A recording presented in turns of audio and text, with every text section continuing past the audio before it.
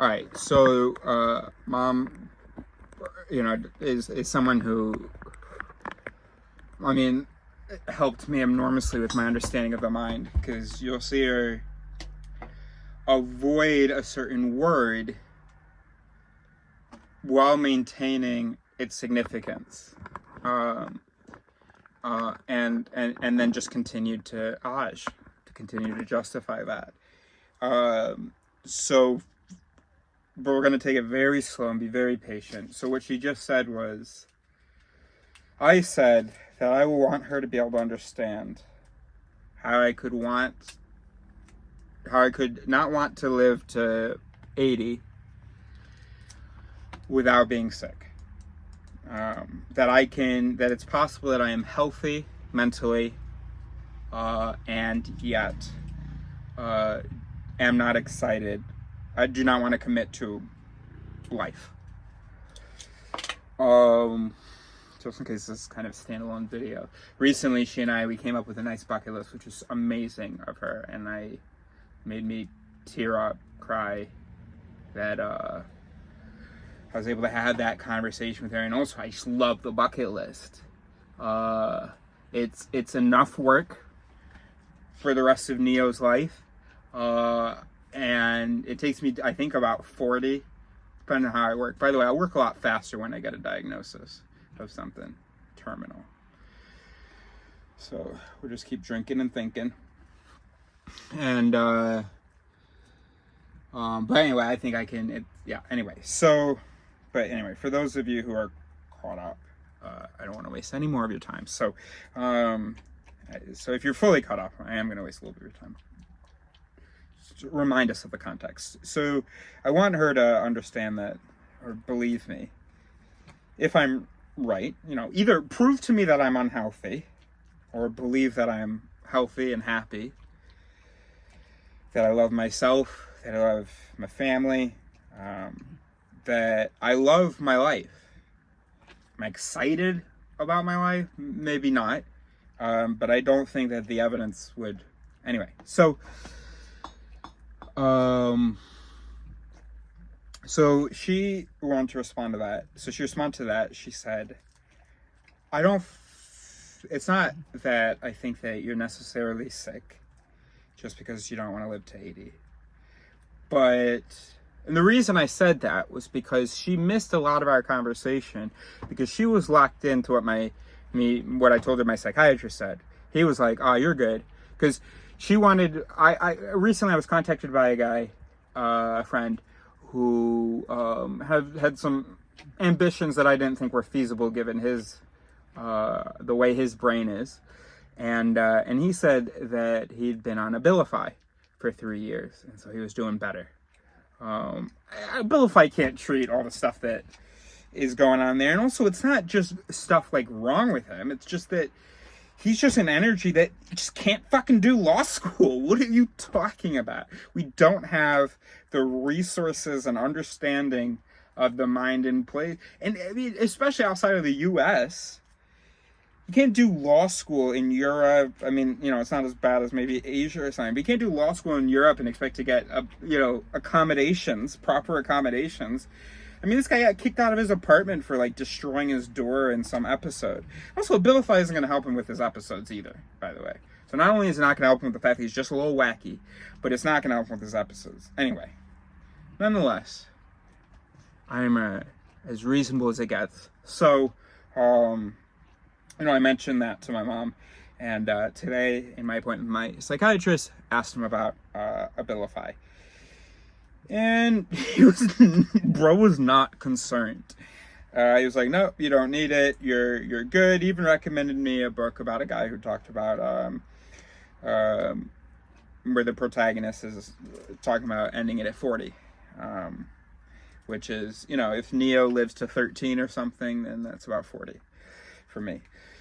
And anyway, so she said that it's not about that. I can't believe you're watching this. She said that it's not about that you're that I think you're sick. It's just, the option of something that can balance your chemicals a little bit more. And then, of course, so the next thing that I'm gonna say is, all right, let's say that no chemicals are perfectly balanced. There's no such thing as a perfect balance. It's unknowable what the perfect balance of chemicals would be. But there is a range of healthy balance where the mechanisms that exist in the brain are able to function and do their thing. And so then if the mechanisms are able to do their thing, then that means that the balance there, it's within the range of being, the chemicals are within the range of being balanced. Not too much of something fucking with the function, not too little of something. Okay.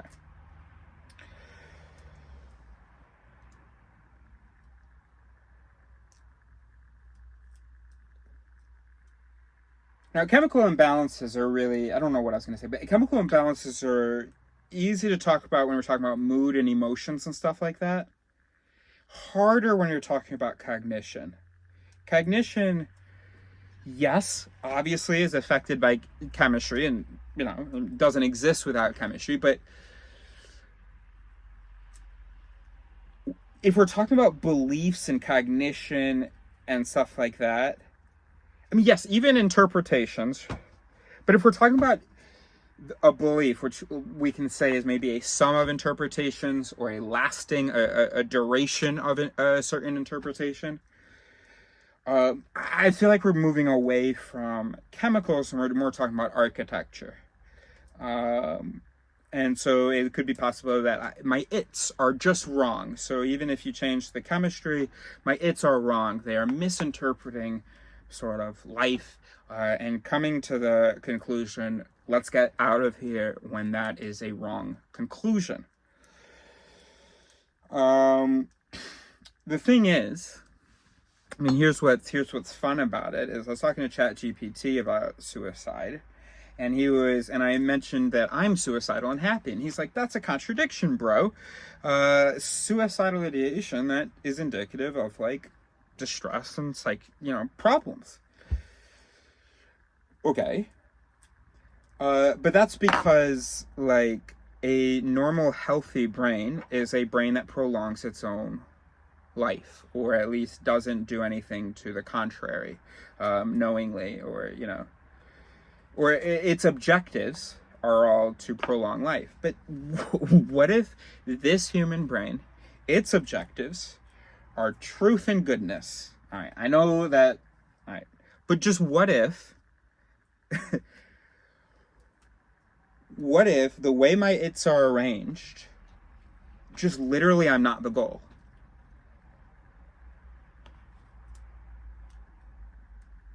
You can call that unhealthy, and that would be true in a sense. It would be true only in the sense that it's unhealthy because it isn't prolonging life. But healthy in the sense of functioning as it is built.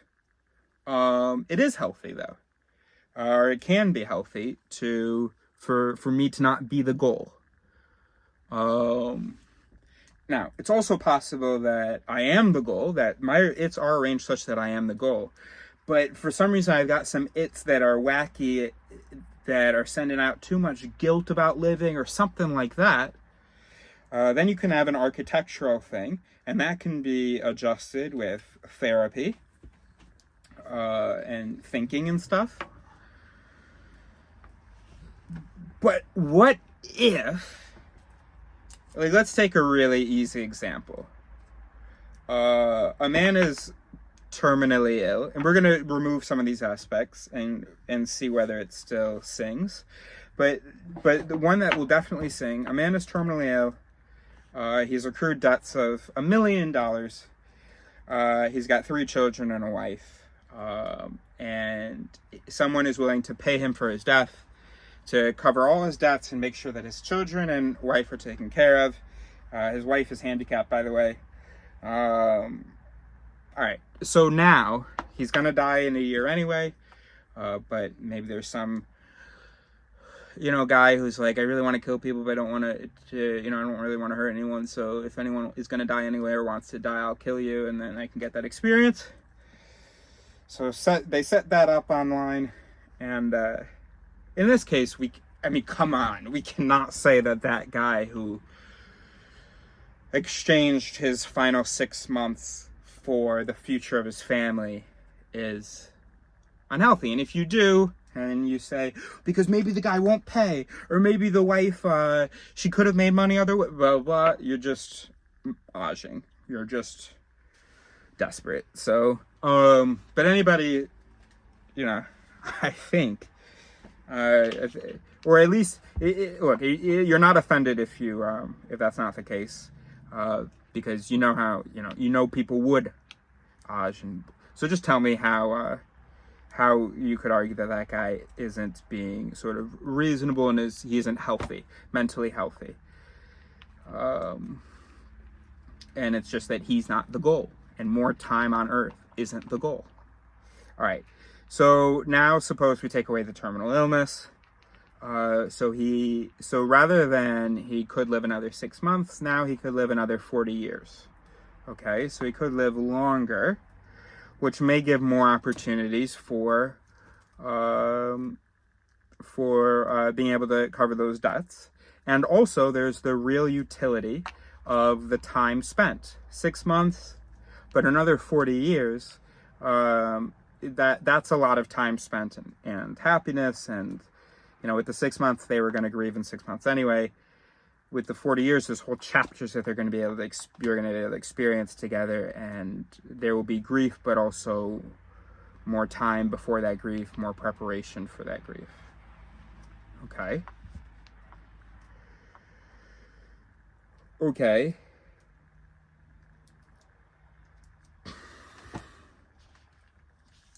Yeah.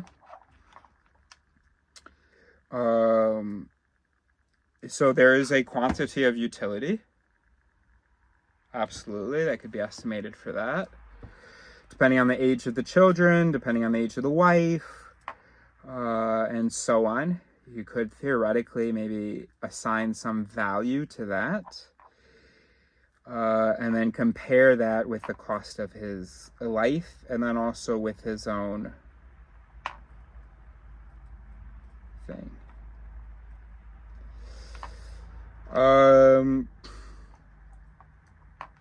With his own, sort of the pain of life or his frustration or whatever.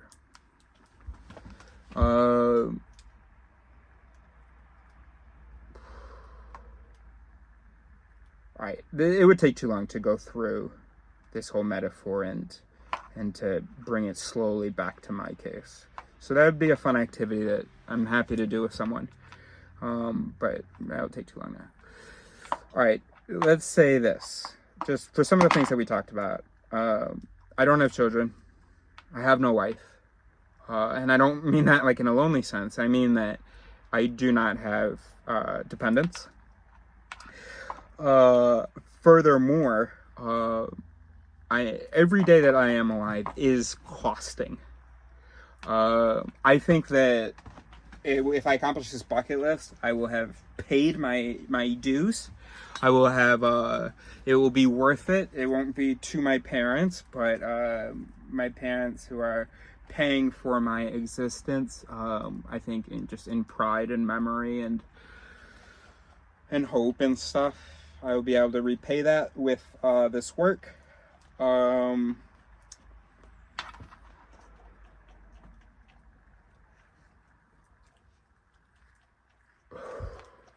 What's my point? There's no point, but what am I going to say right now?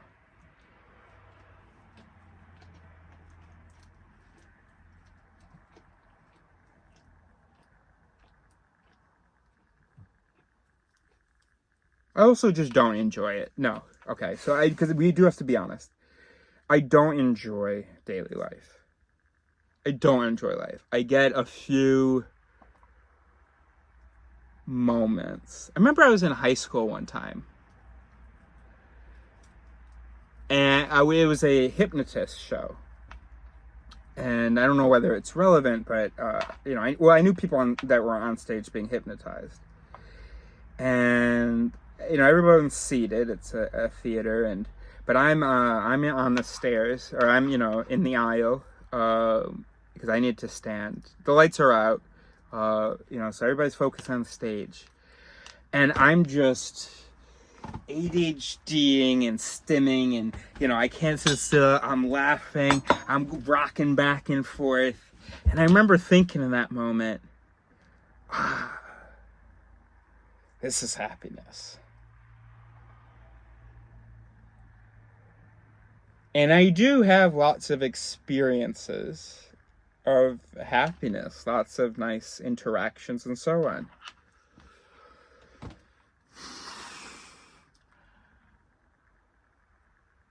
I'm just not interested. No, let's not phrase it that way, because I don't know what's happening in my mind. So let me try to give you raw data. So with all the interpretation, the rush, when I think about, all right, let's imagine a future. There was my friend Alex used one of these AI apps, these photo apps, to make a photo of me with long hair and a beard and glasses. And I just look like quite the philosopher, like a proper woodsman philosopher. And I loved that. I loved that photo. I loved how it made me feel to see that, to imagine that.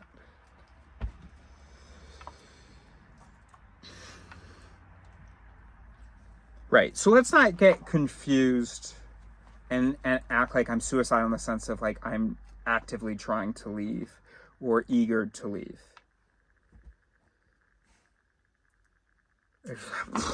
I'm just,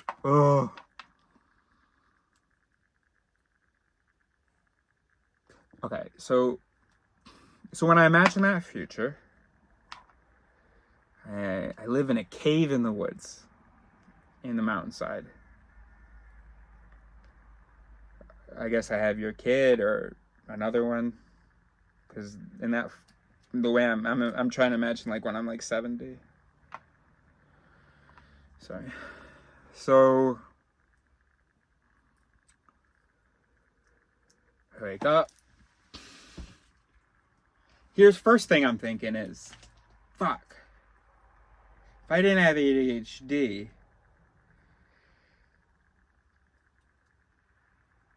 okay, forget the ADHD. That's not really the totality of the issue. I am capable of writing fiction. I am capable. I mean, I have no reason to think I am not capable of spending 3 months writing a book.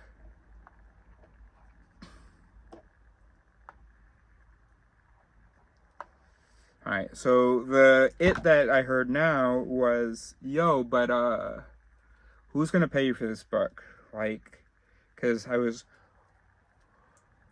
I felt a bit of dread. I'm not gonna say I was overwhelmed with dread. It's not true. I wasn't consumed by dread. I felt a bit of dread as I imagined having to get it published. I just imagine me with other human beings. And that sense of dread is justified, I think.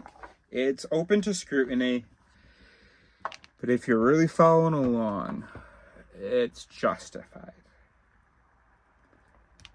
Then again, the amazing thing about the internet is that it's okay if 99% of people, if it's weird with them.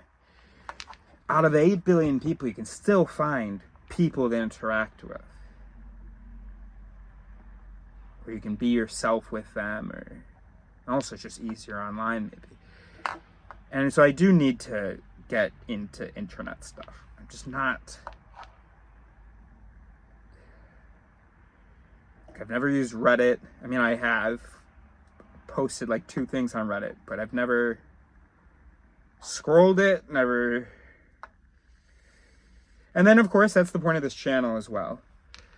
Maybe I can find people with similar experiences, similar sit stems, and, we can work together. And yeah, absolutely. Okay, great.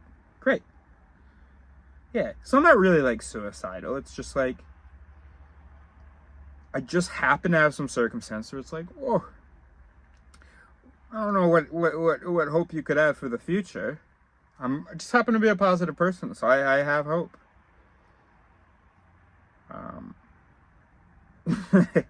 Or not hope, but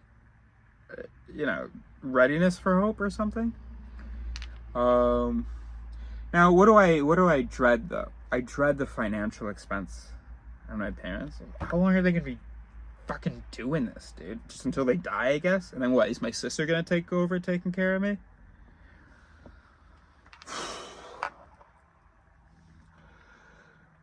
The dread of having even more ideas and experiences and truths that I can't share. I didn't mean to say truths. Ideas and experiences and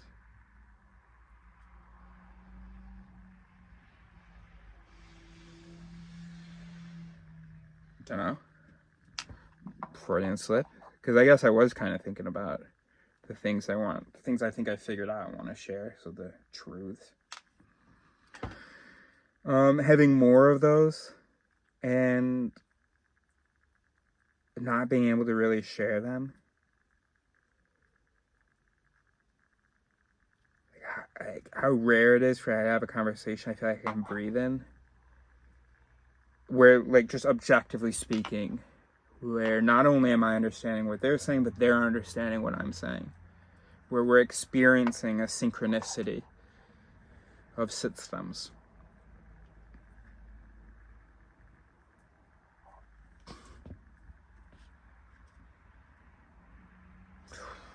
Yeah, we need pen and paper. Alright, so there's so many things that I've said and not finished. Or, didn't explore. Alright, so what's this all about? What are we doing right now? There was this question of what could I change in my operation or interpretation to feel happy about the future. All right, so now we have to dig into that. We've talked about it a little bit, but what does that mean? I guess the idea is, so right now,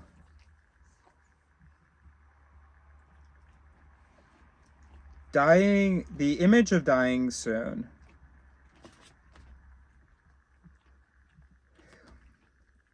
gives me peace. All right, that's too much interpretation, too much language. So how do we reduce that? So what is what image? I don't know. Okay, thought, death, self, feeling relief. Okay. So that's something that we know. Now, one thing that could explain that is just a really whack arrangement of the its. A masochist or, whatever auto-nihilist thing. And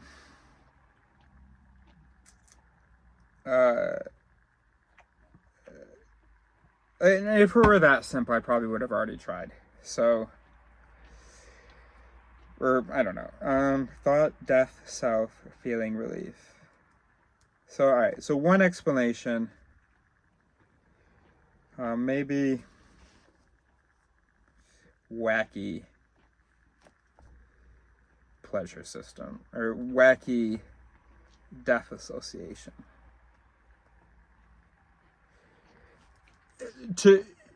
We should note that when I was a kid, death terrified me.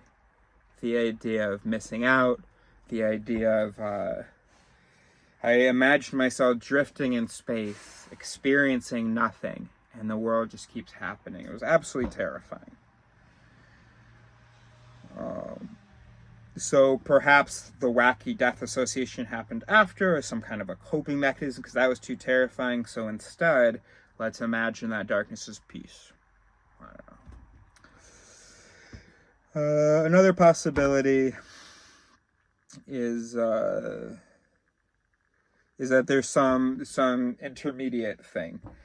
So the thought of death makes me think about or stop thinking about something else, which in turn causes relief. And what we could say is, first of all, end of. I'm not really noting this correctly, but end of obligation to mask. We could say end of financial burden. End of people feeling threatened by me anyway. End of seeing people feel threatened. End of what else? End of failing the people around me, I guess. And maybe that is sort of wrong, and so it's good we're breaking this down, because maybe I'm not really failing the people around me. I mean, the argument could definitely be made that I am, but maybe a sympathetic arguer could offer some opposition. Do I take him for an hour walk every day? Nope. I played with him with the ball today. I keep him in nature. I never been in a cage. My parents support me, but I still call my mother. I show them love. My sister and I can't really have a conversation, but I stay available and I show her love. So we could say that even if I'm failing the people around me, I'm not failing them enough for the failures to outweigh the successes or other utility that I offer. So that's definitely one that can be end of obligation to mask. Again, I guess, that's not as negotiable as the end of failing the people around me, but end of obligation to mask. By the way, end of failing the people around me, it just made me think, it's like,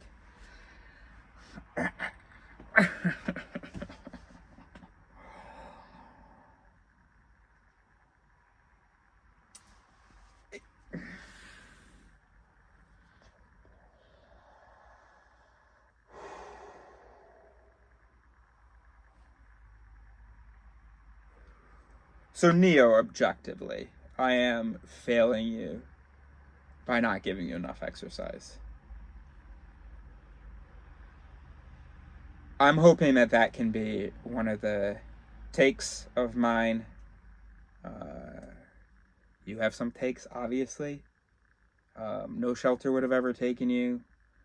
When your owner tried to give you up, he didn't. The guy who first took you was scared of you and gave you back. So, one of your takes is like, you're alive. And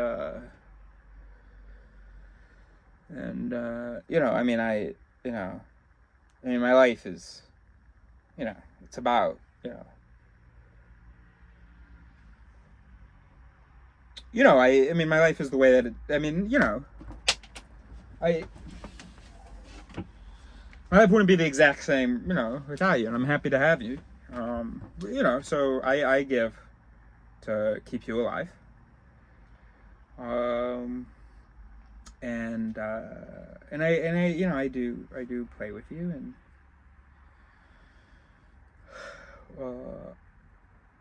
yeah, okay, I could do more, but and also, look, let's be real. You can't be around strangers. You can't just be free around strangers. I could teach you.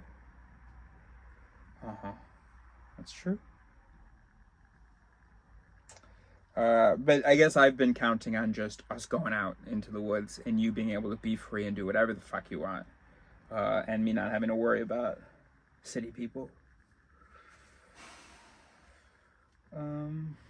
So I'm not even worried that I'm going to fail you forever, bro. This is not... We've only been in a camper for like a year and a half. And by the way, we already literally have a piece of land we're invited to live on, where you will be able to just do whatever you want for acres. So, yeah, all right. So that's... But the other thing I was going to say is that besides my objectively failing him with exercise in the present, a lot of my failures with people are a source of frustration because all I want to do is support people. And I'm not going to explain it, but if you have autism or just whatever, I guess you understand that just how much happens in between the message, the actions, the intention, and the interpretation of it. And so that's what's so annoying, is that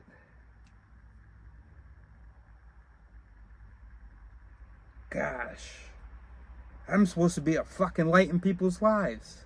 Suicidal one, but still, fucking light in people's lives. Uplifting them and so on. And I hate not succeeding at that, you know? I have succeeded at that, obviously. I've gotten very kind words and cards from people. But, what's scary is that, like, some of those people then turned around and were like, oh, wait, no.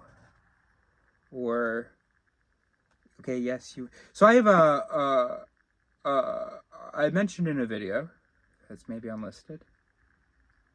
Ask me, I'll give you the link.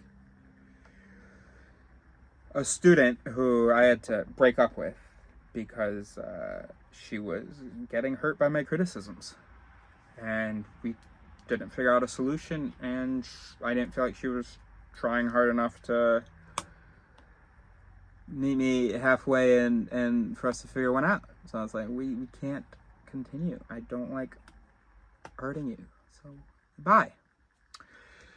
And then she sent me a message last night, saying she's tried with some other people.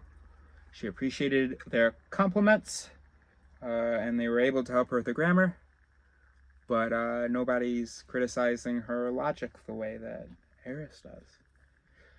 But honestly, that's enough. She doesn't really need her logic criticized the way Eris does. She does need it criticized, but not to the extent or to the depth, or certainly not with the same mannerisms that Eris does it. So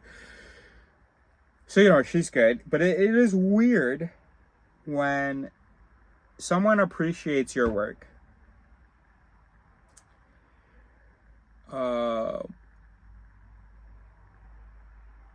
has paid you quite a bit over the last year to spend quite a bit of time together, and if I must have been doing something right, and I want to uplift her. I want to, if she's downlifted by me saying that her English isn't as good as her Korean, like, what do you want me to do? Like, I think that's just a fact that we have to accept. I can tell you your English is great. I probably won't tell you that your academic English is great, but I will tell you that you know a lot of cool words, that your comprehension is great. But I just have to keep the compliments sort of factual, and that's my only understanding of constructive. I mean, I can lie sometimes if I do sometimes see how that's constructive. I can say, that paragraph is perfect. I want to just talk about this one to uplift you. But as your tutor, it is a difficult position to uplift. But I could have still done it. But not. But it couldn't have been received. So. And that's just so annoying, I love how much I was able to help her. I love the company I was able to give her. But it's annoying that I can't continue. And the same thing with the ex, by the way, who made the devastating accusation, right? Then she comes back. And I gotta push her away. And I did. And I did a good job of that. But it's also like, I want to be there for you. And, yeah, I don't know. Now, of course, I could just... One thing that keeps me sane is it's not like a thing I think often. But just every once in a while, a little jolt of this thought is enough to maybe jolt away any frustration. But just look at it as, these aren't your people. Came here from another planet. There are going to be misunderstandings. It's totally normal. It doesn't mean anything about you or about your capacity for relationships or even maybe about your relationships. There's going to be a language barrier. And that is soothing. That is nice to be able to imagine there exists in the universe. I will never interact with them, but there exists in the universe people I can just be chill with. There's no language barrier. But obviously I'm okay with language barrier. I mean, I was going to say more than half of my life. No, I've spent 8 years now. I'm 33. I spent 8 years now in, in countries where English is not the first language, in relationships in those languages. So,